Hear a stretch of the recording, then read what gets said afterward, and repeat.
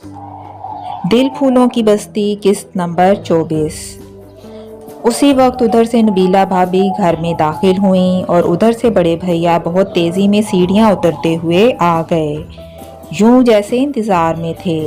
यकीनन उन्होंने ऊपर से नबीला को आते हुए देख लिया था और बजाय उनका ऊपर इंतज़ार करने के खुद ही नीचे आकर उनका रास्ता रोक लिया। क्या बात है, नबीला का अपना अंदाज था। गैर मामूली बात पर भी उसके तफाखर में फ़र्क नहीं आता था। पेशानी पर बल डालकर बोली, इस तरह रास्ते में खड़े होने का मतलब वापस लौट जाओ जहाँ से आई हो और जिसके साथ आई हो। उनके लहजे का ठहराव इस बात का गमाज़ था कि वो ज़ब्त की इंतहा पर खड़े हैं। नबीला ने कदरे सटपटा कर अम्मा जी और अदील को देखा, फिर उनसे बोली, मैं हरगिज़ तुम्हें अपनी इंसल्ट की इजाज़त नहीं दूंगी। जो कुछ कहना है ऊपर चलकर कहो, कहने सुनने का वक्त निकल गया है। नबीला बेगम, 1 हफ्ते पहले मैंने तुम्हें वार्निंग दी थी, अपनी रविश बदलो। अगर ना बदल सको तो इस घर में मत आना। आज की तारीख देख लो, यही दिन तय हुआ था ना। उन्होंने चुभते हुए लहजे में इसे याद दिलाया तो वो गहरी सांस खींचकर बोली, तो तुमने फैसला कर लिया। उन्होंने होंठ भींचकर अस्पात में सर हिलाया तो उसने उन पर से नज़रें हटाकर अम्मा जी को रोते हुए और अदील को गुमसुम देखा। फिर दरो दीवार पर नज़र डालने के बाद आखिर में उन्हें देखते हुए बोली, अगर मैं निचले दर्जे की कोई आम सी औरत होती अकील अहमद तो तुम्हारी मिन्नतें करती या फिर कोसती कि जो कुछ तुमने मेरे साथ किया वो तुम्हारी।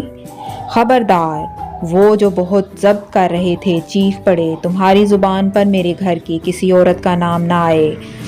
बहुत पारसा हैं तुम्हारे घर की औरतें। हाँ, वो तिल मिलाकर हंसी, बड़ी जहरीली हंसी थी। अदील अपनी जगह से उठकर दोनों के दरमियान आ खड़े हुए। बड़े भैया प्लीज़ आप ऊपर जाएं। फिर उसकी तरफ पलटे, भाभी प्लीज़ मत कहो इसे भाभी, तलाक दे रहा हूँ मैं इसे। तलाक दे रहा हूँ? तलाक। नबीला को अगर अफसोस नहीं था तब भी एक लहजे को दिल कांपा ज़रूर था। उसके बाद कुछ ना कहकर खुद को निचले दर्जे की औरत साबित करने से रोकते रोकते भी दहलीज पर खड़ी होकर वो चीख कर बोली थी, अकील अहमद मत भूलना कि तुम्हारी एक बहन भी है। इतने शोर और हंगामे में उसका दम घुट रहा था। बीबी जान की रस्में भी तो ख़त्म होने में नहीं आ रही थीं। जाने किस किस चीज़ पर उसका और उसके पहलू में खड़ी मेहरुन्निसा का हाथ लगवाकर दोनों के ऊपर से वार रही थीं। अगर ये सब उसकी ख्वाहिश के मुताबिक हो रहा होता तो वो कितना खुश होता। भावजों और कज़न्स की छेड़छाड़ पर ना सिर्फ महजूज होता बल्कि बराबर से जवाब भी देता। लेकिन वो तो ऐसा गुमसुम खड़ा था कि पहलू में खड़ी मेहरुन्निसा के वजूद का एहसास भी नहीं था। बस करें बीबी जान, दुल्हन थक गई है। आखिर बड़ी भाभी को एहसास हुआ तो बढ़कर मेहरुन्निसा को थाम लिया, जो वाकई भारी कपड़ों और जेवरात के बोझ से झुकी जा रही थी। बीबी जान ने हाथ में पकड़ा थाल जीरा को थमाया, फिर एक तरफ हटते हुए मेहरुन्निसा से बोली, संभल के, पहले दायां पांव आगे बढ़ाओ। चल भाई शहजादे, तू भी आगे बढ़, छोटी भाभी ने उसके बाजू में चुटकी काटते हुए कहा। और उसने एक कदम क्या बढ़ाया कि फिर रुका ही नहीं। पीछे से सब शोर मचाती रह गईं। अरे अपनी दुल्हन तो लेते जाओ। उसने जैसे सुना ही नहीं।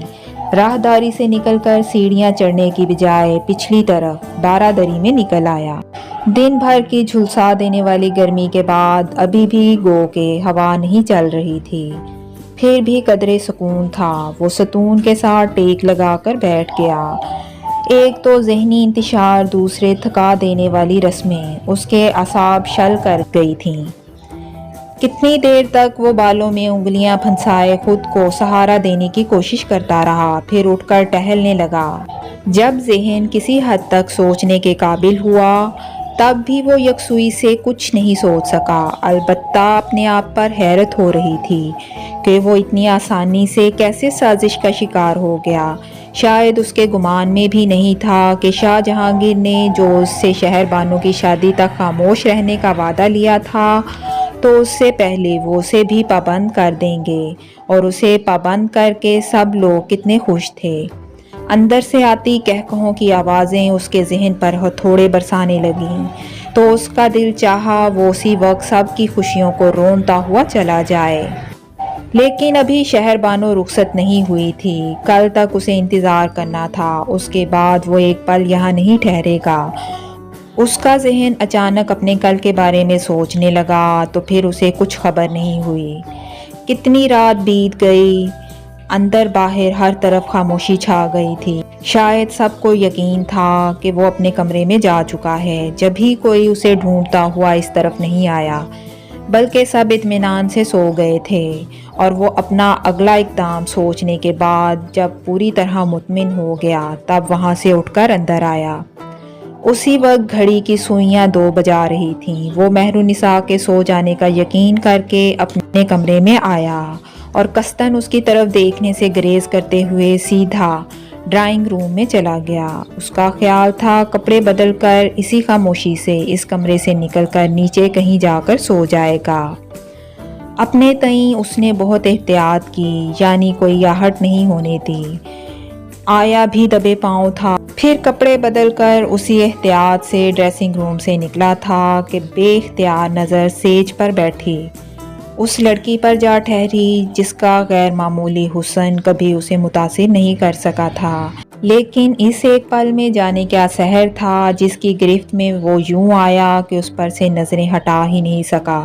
پتہ نہیں اس کا انتظار کرتے کرتے وہ سو گئی تھی یا یوں ہی پلکیں موند لی تھیں، خود سے قدرے بے نیاز اور قدرے بے ترتیب سی ہو کر ہوش اڑائے دے رہی تھی، اور اسی مدہوشی کے عالم میں اس نے درمیانی فاصلہ سمیٹا تو اس کے ہونٹ بے آواز جنبش کر رہے تھے، مہرو مہرو۔ اور یہ محبت کا نشہ نہیں تھا جس کا کیف ساری زندگی پر محیط ہو جاتا، اس کے برعکس وقتی جذبات تھے، نفسانی خواہش جس سے مغلوب ہو کر وہ اپنی اولین شب اس کے نام کر گیا تھا، جس کے ساتھ زندگی گزارنے پر اس کا دل آمادہ ہی نہیں تھا، اور گو کہ اس نے کوئی گناہ نہیں کیا تھا، پھر بھی صبح ہونے سے پہلے ہڑبڑا کر اٹھ بیٹھا اور بے حد وحشت زدہ سا مہرالنساء کو دیکھنے لگا، جو پا لینے کے احساس سے شرمسار نیند میں بھی مسکرا رہی تھی، جس سے وہ جنونی سا ہو کر اسے جھنجھوڑنے لگا۔ مہرالنساء جی، وہ گھبرا کر اٹھ بیٹھی، تم یہاں کیوں آئی ہو؟ عجیب سوال تھا، وہ پریشان ہو گئی۔ جی، تم نے مجھے روکا کیوں نہیں؟ تم نے مجھے روکا کیوں نہیں؟ وہ اسے کندھوں سے تھام کر جھنجھوڑنے لگا تو وہ بڑی مشکل سے اپنا آپ چھڑا کر وہ بیڈ سے اتر کر بولی، شاید آپ کی طبیعت ٹھیک نہیں ہے۔ پھر جلدی سے گلاس میں پانی ڈال کر لے آئی، لیجئے پانی پی لیں۔ اس نے گلاس لے کر ایک ہی سانس میں خالی کر دیا، پھر بیڈ کی پشت پر سر رکھتا ہوا بولا، یہ اچھا نہیں ہوا مہرالنساء، یہ اچھا نہیں ہوا۔ اس کے لہجے میں بے بسی تھی، مہرالنساء کی سمجھ میں نہیں آیا کہ وہ کیا کہہ رہا ہے۔ اس کے ہاتھ سے گلاس لے کر ٹیبل پر رکھا، پھر قریب آ کر بولی، آپ لیٹ جائیں، میں آپ کا سر دبا دیتی ہوں۔ اس کے اندر اچانک تنفر بھر گیا، ذرا سی آنکھیں کھول کر اسے دیکھتا ہوا زہر خند سے بولا، کیا سمجھتی ہو تم اس طرح میرا دل جیت لوگی؟ جیتے تو آپ ہیں شاہ، میں تو ہار گئی۔ بڑا خوبصورت، بڑا دل نشین انداز تھا اس کا، لیکن شاہ سکندر حیات اب ہوش میں آ چکا تھا۔ کچھ دیر تک اس کی جھکی ہوئی پلکوں کو دیکھتا رہا، پھر پوچھنے لگا، ہارنے کا دکھ نہیں ہے تمہیں؟ دکھ؟ مہرالنساء نے زیر لب دہرایا، پھر جیسے اپنی ہار سوچ کر مسکرائی اور ایسے ہی جھکی ہوئی نظروں سے اسے دیکھ کر پوچھنے لگی، آپ کو جیتنے کی خوشی نہیں ہے؟ شاہ سکندر کی آنکھوں میں تحیر سمٹ آیا، کیا کہے اس سے کہ جسے وہ جیت کہہ رہی ہے وہ اس کی سب سے بڑی ہار ہے۔